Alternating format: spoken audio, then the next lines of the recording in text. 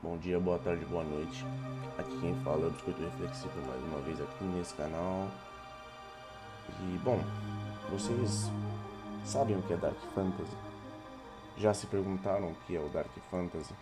Por que esse subgênero de horror e era medieval está voltando a ficar em alta? Bom, nesse vídeo aqui eu pretendo explicar um pouco como funciona o Dark Fantasy, suas referências, origens, influências, coisas que são de Dark Fantasy, como música, jogos, livros. Então, eu quero falar um pouco desse tema que tanto me agrada e tem me chamado a atenção novamente.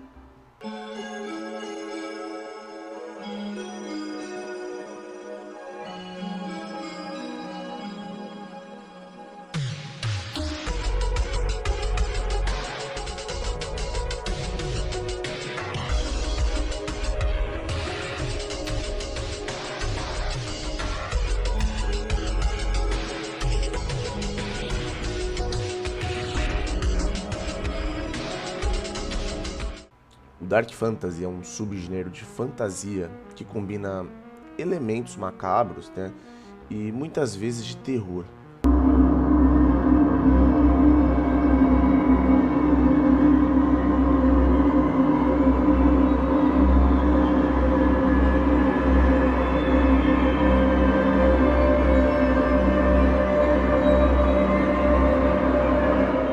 Ao contrário da fantasia tradicional, que costuma ter um tom heróico e esperançoso, né?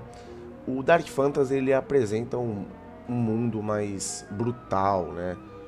Com protagonistas moralmente ambíguos, né? E um senso constante de desespero, tragédia ou corrupção. Ele pode misturar aspectos sobrenaturais, psicológicos, filosóficos, né? Explorando temas como o destino e a decadência, né? E a luta entre luz e escuridão de maneira mais cínica e visceral.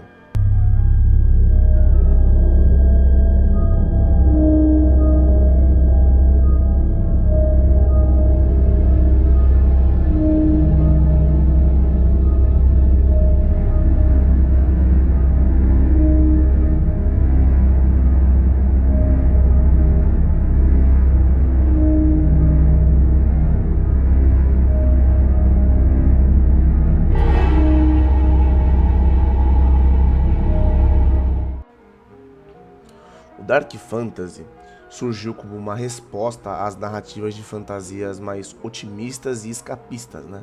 Especialmente no século XX.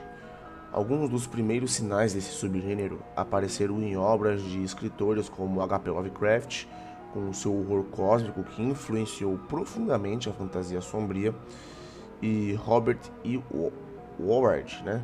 Criador de Conan, que trouxe um mundo bárbaro e brutal à fantasia. Outro grande nome na consolidação do gênero foi Michael Moorcock, com Elric de Melniboné, eu acho que é assim que se pronuncia, uma série que subverteu o arquétipo de herói tradicional ao apresentar um protagonista fraco e amaldiçoado. Além disso, a mitologia nórdica e o romantismo gótico, com sua obsessão por temas de morte, tragédia, também foram influências diretas. O gênero cresceu na literatura e encontrou espaço no cinema, nos videogames e na música ao longo do tempo, se misturando com terror, ficção científica, filosofia existencialista.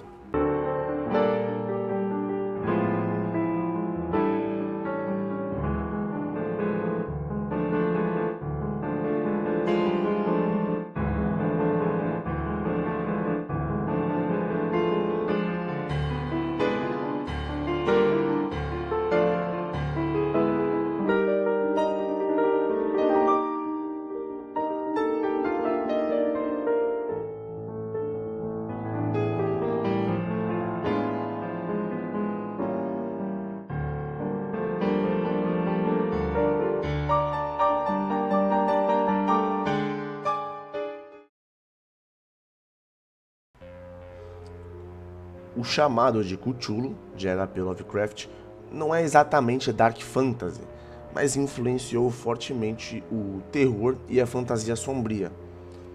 As Crônicas de Gelo e Fogo, de George Martin, popularizou a fantasia sombria na literatura moderna com seu mundo brutal e personagens moralmente cinzentos. O Nome do Vento, de Patrick Rothfuss, embora tenha momentos de magia grandiosa, o submundo sombrio e a tragédia que cerca o protagonista são fortes elementos do gênero.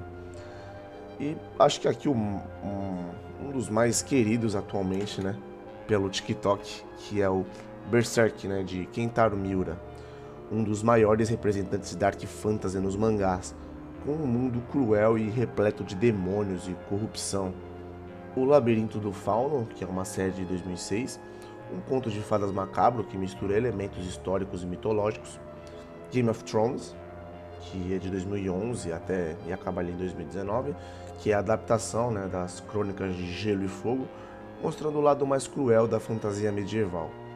O Homem de Palha, de 1973, e A Bruxa, de 2015, filmes que misturam folclore e horror com fantasia sombria.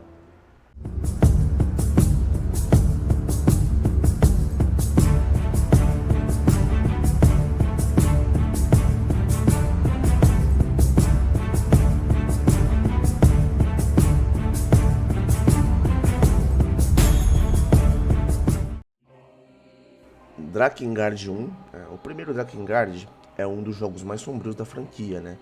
E segue a história de Caim, né, que é um guerreiro cruel e sanguinário que faz um pacto com um dragão para salvar sua vida. No entanto, esse mundo está repleto de violência, fanatismo religioso e experimentos grotescos.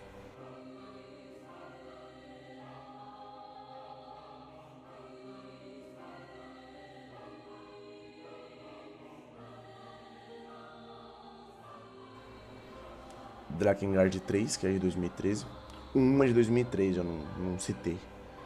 Bom, embora tenha um tom um pouco mais satírico em alguns momentos, Drakengard 3 também se encaixa no Dark Fantasy.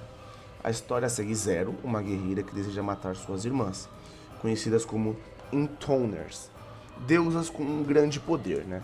E o jogo se passa nesse ambiente medieval e tudo mais, né? E tem toda aquele lance do Dark Fantasy que é mais grotesco e você tem aqueles personagens mais cinzentos, né? Tanto a Zero, ela não é uma personagem heróica, né? Mas esse é só o resumo, né? Nier Replicante, né, de 2010, e tem um remaster de 2021, que também segue da franquia do Drakengard. Nier surge como um spin-off, né, do próprio Drakengard, mas carrega ainda mais elementos de Dark Fantasy. O jogo se passa em um mundo pós-apocalíptico, onde a humanidade está à beira da extinção devido a uma doença misteriosa chamada de Shades, né, digamos assim, para não dar mais spoilers, né. O protagonista está em uma missão desesperada para salvar sua irmã, mas na verdade, por trás dos eventos terríveis, tem todo um experimento humano, né? Então, vale a pena ver a história do Nier.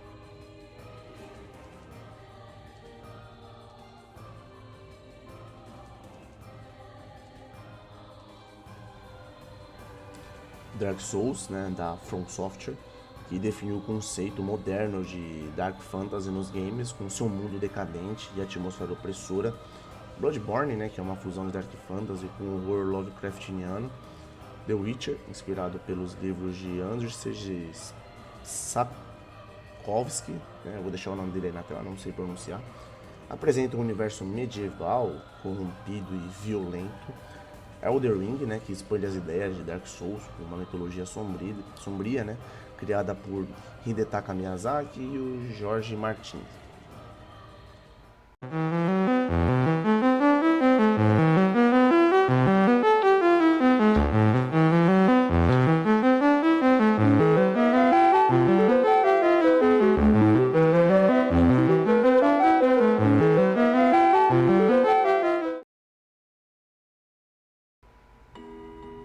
Jill, letras cheias de simbolismo e fantasia sombria. Blind Guardian, que mistura power metal com temas épicos sombrios, né? Crater of Filth, acho que é assim que pronuncia, né? Que é metal extremo com influência gótica e letras inspiradas na literatura dark. E soundtracks, né, de jogos como Dark Souls, Bloodborne, né, Nier, que são musicais, orquestrais, né, e melancolia tensa que reforçam a ambientação sombria. No passado, o Dark Fantasy era uma forma de questionar o heroísmo tradicional e explorar o lado mais cruel da fantasia. Muitas vezes funcionava como uma crítica social, abordando temas como guerra, decadência e corrupção, né? A maldade humana em geral. Hoje o Dark Fantasy voltou a ganhar força por algumas razões, né? O mundo real está mais caótico, né? Conflitos políticos, crises e incertezas fazem com que narrativas sombrias ressoem mais com o público.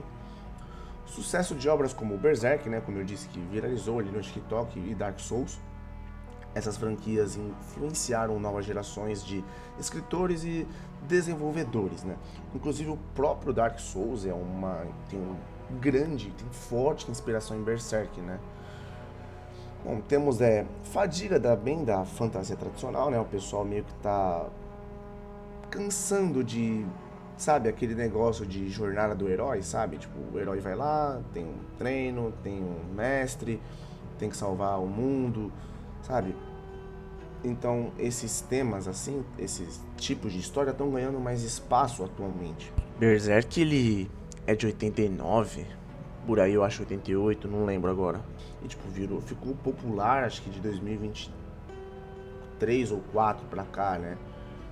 E o Devilman entra nesse mesmo barco, né? Apesar dele não ser Dark Fantasy, né? Ele inspirou fortemente Berserk e também tá ganhando sua fama, assim como Parasite, que são obras que exploram mais o lado da realidade mesmo, sabe? O lado mais humano, o lado cruel de tipo assim, não é o heróizinho bonzinho, e sim protagonistas que, apesar deles serem, entre aspas, heróis, eles também fazem merda, eles também cometem erros, eles também têm o seu lado ruim, sabe? Como o Guts, como o Akira, Devilman, sabe? Então, isso tá dando mais espaço pro Dark Fantasy, né? E esse renascimento do gênero reflete um desejo do público por narrativas mais profundas, onde a vitória não é garantida e o heroísmo pode ser tão sombrio quanto o vilanismo, né? E, bom, é isso que eu tenho pra falar sobre o Dark Fantasy.